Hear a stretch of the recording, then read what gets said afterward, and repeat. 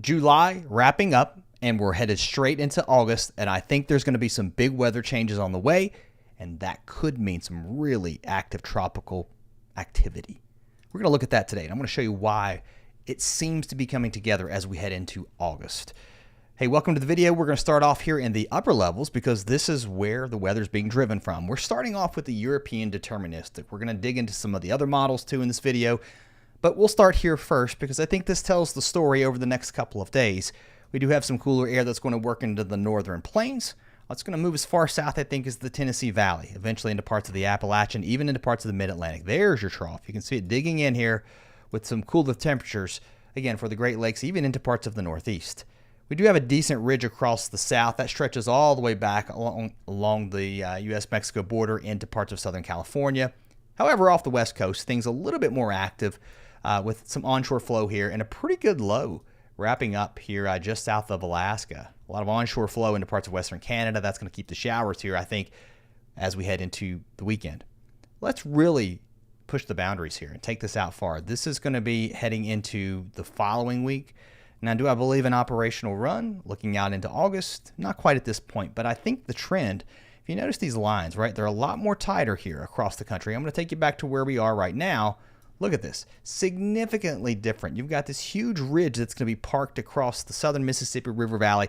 That will start to change. So let's go ahead into next week.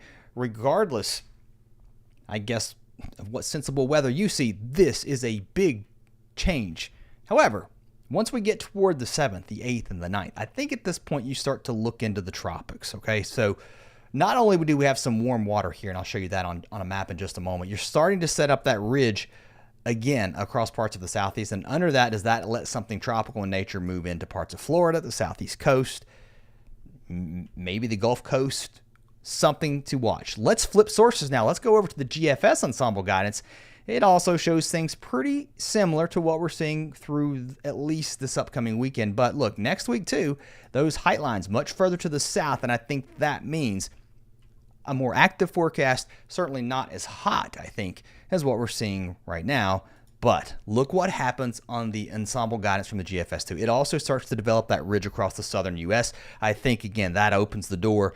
When you get something tropical in nature, we're getting to that point, that September 10th, 11th, 12th timeframe. That's your peak that you get here with hurricane season.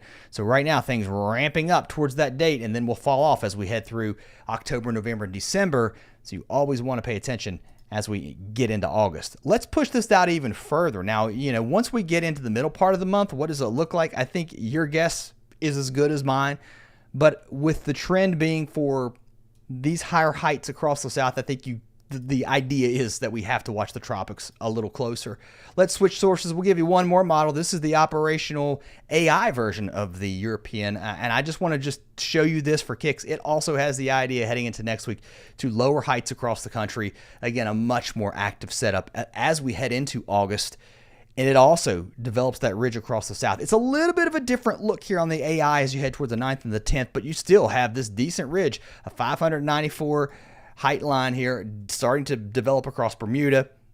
Now I think you start to go, all right, what's happening out here in the Atlantic? All right, look at these temperatures. By the way, you're close to normal here just off to the east of the Bahamas, but above average temperatures in the water here off the Carolina coast out into the Atlantic and also here in the Northern Gulf. So you got to wonder, right? So your temperatures here, if they're near normal, that means you've got good hurricane development or at least water temperatures that would support tropical storm or hurricane development.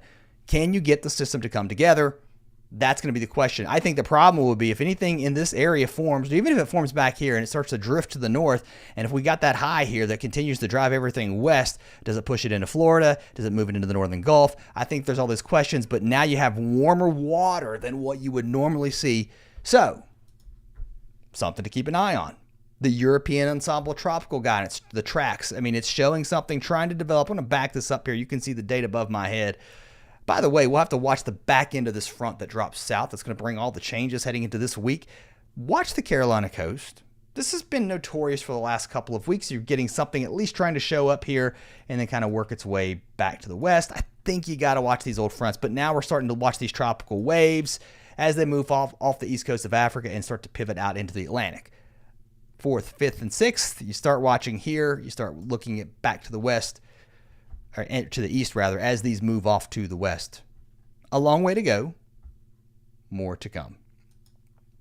The hurricane season, yeah, I mean, it's just getting ramped up here. Certainly, you can't let your guard down. All it takes is one big storm like Helene, and I mean, right, it just changes everything. So, even in a light hurricane season, one strong storm in the right place just can cause absolute devastation. So, I'll be watching it. Let's look at your temperatures, long range too. Here's where we're going to be on Tuesday and Wednesday. Of course, way above average here from the Central Plains into the Northeast. This hot weather is going to stick around as we head into Wednesday, Thursday. But look at the relief. Some folks sighing some relief to themselves as they see these temperatures start to drop below average. Not a lot, but when we're talking 5 to 10 degrees below average, when you've been baking with heat indices over 105, 110, this, my friends, this will feel beautiful as this settles in Friday into Saturday. So there will be some relief. The further south you go, I think your rain boundary sets up into this region. And then we start to look into next week. I think more clouds. That's going to keep things a little bit cooler. I don't know that we get rid of the humidity. In fact, let's see if we can pop over to this. Check this out. This is precipitable water. If you were to squeeze all the moisture out of the atmosphere from top to bottom, this is what you'd get. Anything over red is 2 inches. But I want you to watch this dry air that's spinning around this low up in the Hudson Bay. A chunk of this dry air is going to try to break off. Look at that low spinning beautifully here in the upper levels. There comes your dry air moving south as we head into Wednesday, also into Thursday. Kind of slow here, but look at all that moisture. It's going to stick around the further south you go. But here it comes. By Thursday into Friday, big changes on the way from really Minnesota, Iowa, I think even northern Missouri, and then into Indiana, Illinois, Ohio, Pennsylvania, West Virginia, New York, all of the Northeast. We start to get that cooler and drier air. The question is, how far south does it push? Well, it looks at least that deeper moisture gets really pushed to the south of Tennessee and North Carolina as we head into Saturday and Sunday. So this would be a big change. Let's look at those temperatures too. And by the way, speaking of change, storms are going to break out again as we head into Monday. So watch areas from Wisconsin west into Montana as these storms continue to push off to the east. A quick look at the future radar on those, and we'll look at those temperatures through the rest of the week because you're wondering when that relief's going to come to your town. We'll show you here. Big storms start to fire as we head into Monday. Some of these could linger into the evening hours across South Dakota and then cluster up and then move east into Iowa, Minnesota, possibly holding some strength as they get close to Des Moines into early Tuesday morning. Likely falling apart, though, and then we'll redo it again as we head into Tuesday afternoon and Tuesday evening. Big storms further to the west, again across Wyoming, South Dakota, even into Montana. Let's look at the temperatures because a lot of you probably are here for this. Another hot day on Monday. Some cooler weather trying to take shape across northern parts of Minnesota. You can see the 70s starting to work their way back into parts of North Dakota, even places like Pierre over to the east towards Minneapolis, St. Paul, much cooler. And then look at Wednesday. This really starts to push to the south. So Des Moines, we may not get to 80 after a week of blistering heat. Now we're pushing that heat all the way south into Texas. So look at Kansas. Over to Missouri, you're in the 70s versus the 90s and 100s, and that heat continues to push to the south. Let's move to the east now, and here's the heat indices. We've got to look at this too, by the way. This is crazy, right? You're looking at heat indices tomorrow, 109, 111. It's just absolutely miserable as we head toward the weekend. Friday, look at that. Boom. Big differences on the way. Let's move east. Let's talk about these storms. We've got some big storms going again as we head into the afternoon and evening hours across parts of Ohio. You know, we've seen this repeating round type setup of thunderstorms across the Ohio Valley into the Appalachians with this type of flow. And I think we see it again, a lot of deep moisture. So any storms that fire could produce some really heavy rain. So I think flooding is going to be another concern.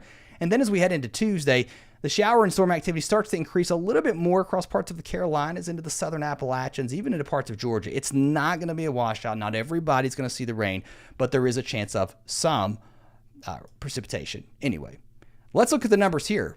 A lot of you watching the forecast over the coming days, hoping for that relief, and it's going to be another hot one on Monday for sure. Tuesday could be even hotter for some areas, pushing temperatures well into the 90s up towards New York City.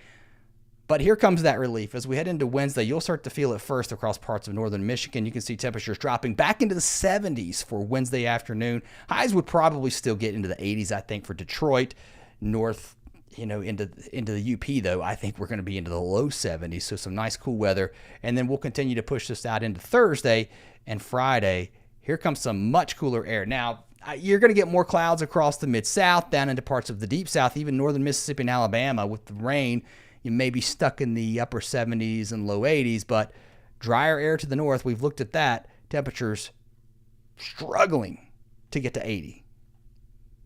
And look at these overnight lows, by the way. Do you see the blue trying to show up? I don't know that we're going to get into the 40s by any stretch. The European typically is probably going to overdo things. But the fact that you're starting to see temperatures dropping into the 50s, very close to the 40s, I think, here in the parts of the Northeast with some much drier air. And, if you look at the dew point, much drier too. I'm going to pull this up here on the live stream. If you're joining us, you can always back it up and take it from the beginning. If you miss any of these, I hope you'll consider subscribing. A lot of you aren't subscribers, so hey, come on back. About half of you aren't. Let's see where we are here. I've lost what I'm doing here. Like, what's going on? Surface moisture. We want the dew point. All right, so this is where we are right now. Absolutely miserable. When you get dew points in the 70s, upper 70s, close to 80, that's awful. There comes that push of dry air. So by Saturday morning, you're looking at dew points into the 40s here into the Northeast. That's beautiful. Great sleeping weather on the way.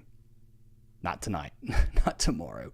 Oh my gosh, our heat indices again well into the 100s across a good chunk of the Mississippi River Valley, up the Ohio River Valley, down into the southeast. There's your relief. This is your heat index as we get toward Friday.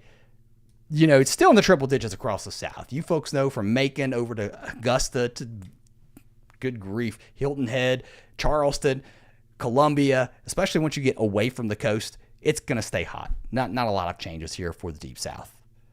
Across the west, a few showers. Those really start to explode as we head into the afternoon again across New Mexico, Colorado. Some heavy downpours possible here.